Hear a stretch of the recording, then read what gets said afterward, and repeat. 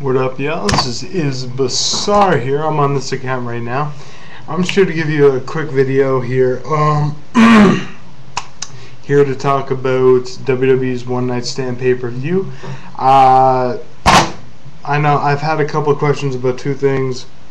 One, my thoughts on Sacrifice. Two, when my top 10 Shawn Michaels match is finally going to be up. I'm hoping top 10 Shawn Michaels match should be up by the end of the week. I'm shooting for that. It's just I'm watching all of Shawn Michaels matches that I rated 4.5 stars or more, and there are a few of them, more than you think. And once I finish watching all those, I still have like about 3 or 4 more to watch. Then I will do my top 10 Shawn Michaels match, because that's a very hard list. As far as thoughts on TNA Sacrifice goes, I'm not really that into the card. Booker T and AJ Styles in an I Quit match would be probably a great match. The main event could be good. It's just I'm not expecting that much out of it. You know, Kurt Angle and Mick Foley and Jarrett even, you know, they put a lot of effort into their matches. Sting, not really, but you know, I still think it could be a good match. And I do like the whole idea going into it, and then they're finally using the name of the pay-per-view to their advantage. You know, like what will you sacrifice to get a title match? I like that idea, I really do.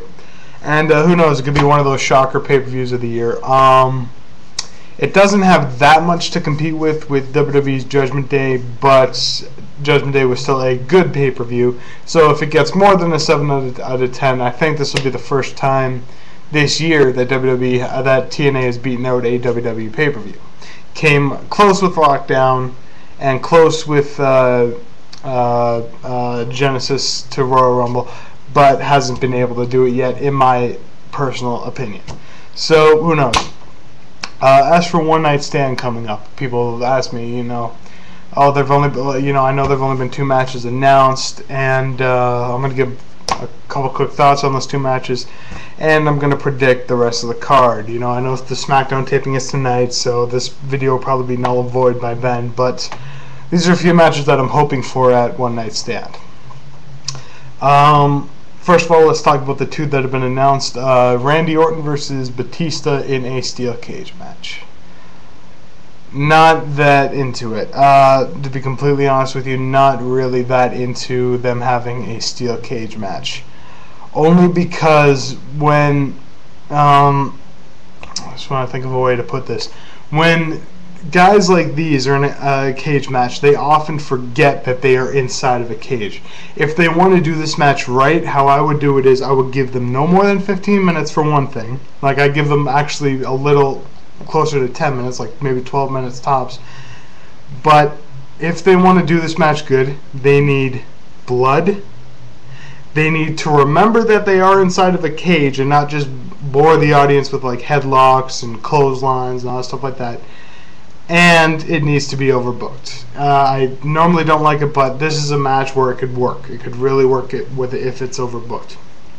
If they want to do it right, what I would do is have like Batista at the start of the match just thrash Randy Orton around, just like throw him into the cage several times, and then have Orton bleed like a minute into the match, kind of like he did in his cage match with Ric Flair. He was bleeding like a minute in, and the crowd was really into it, and that turned out to be a great match, a great match for a 10-minute time limit at least.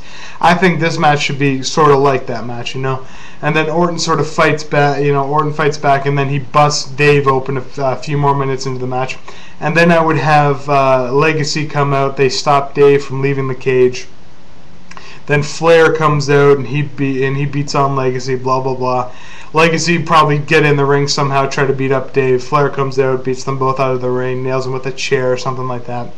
And then, you know, that's how I would sort of have the match, and then have them go from there. Maybe, you know, Orton climbs out, Dave tries to stop him, and then he like punts him in the head and climbs over the cage. I think that'd be a great ending to the match. But if they are going to do a cage match with those 2 guys to make it good, that's what they need to do. Like I said, needs blood, needs overbooking, and needs a lot of use of the cage. Nothing pisses me off more than when I see a cage match and you think to yourself, that could have just been a regular one-on-one match without the cage. So anyway, next match on the card, John Cena versus Big Show in a submission match, surprisingly. since we all know how this is going to go. You know, Big Show said, you know, no, John Cena can't win this match. Then John Cena's probably going to put the STFU on, probably with like a cable or the ring ropes or something like that, like he did with Umaga at Royal Rumble 2007. You know, that's probably how the match is going to end. You know, I think that these two guys are capable of having a good match. I haven't seen it yet, not even with their matches in like 2003, 2004. I haven't seen a good match out of these two guys. Their match on Raw this year was pretty damn decent, but it wasn't like good. I think with a hardcore type stipulation, it could be a good match. So, you know, they just need to remember they have to keep a good pace to it, and they do have to keep it like 10, maybe, yeah, I'd say around 10 minutes tops is a good amount of time for these guys. They can't, because last year when they had John Cena versus JBL, I thought the match was good in parts, but it was too damn long. It was like close to 20 minutes, and you got so bored with it. So, you know, they need to keep it at around 10 minutes, maybe a little bit longer. But, you know, and I was sort of hoping for maybe like a Falls Count Anywhere match. But, you know, submission match could work for these guys if it's done right. It has to be done innovatively. Like, that's how I would see it being done.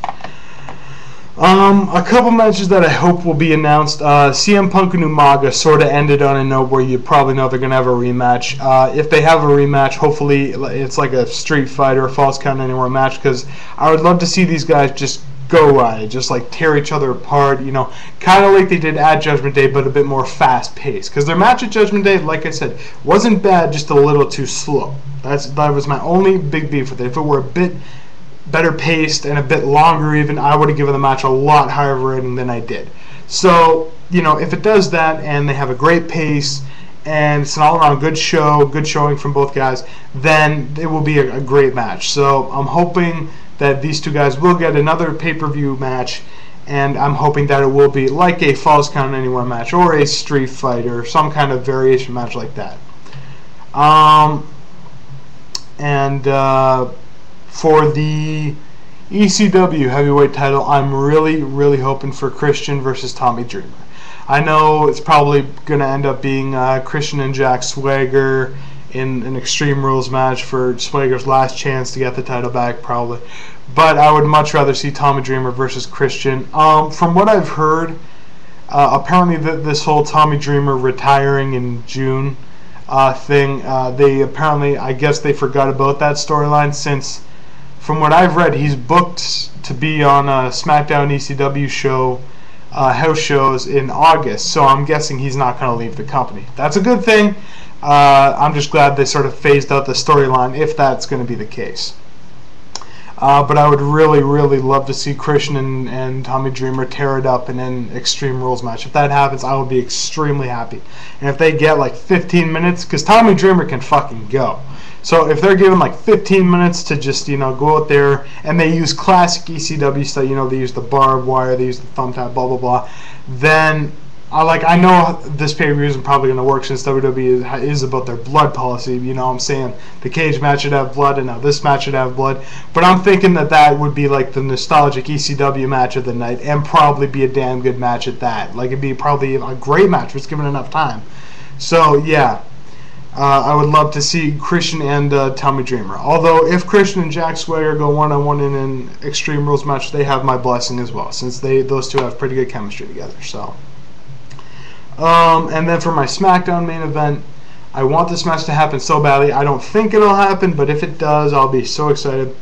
I want a tables, ladders, and chairs match. And I want Edge, Jeff Hardy, Chris Jericho, and Rey Mysterio.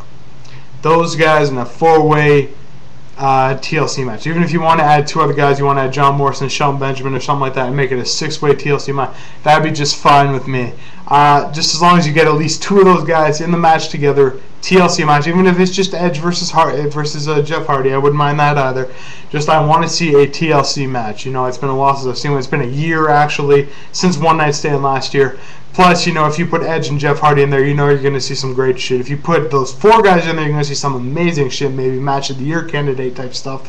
And if you put those six guys in there, you're going to see, you know, something, again, amazing. So, hopefully those matches come out. I know it'll probably be one or two more added, but I just want those 5 matches. If that happens, that'd be great by me. So, Isba's out.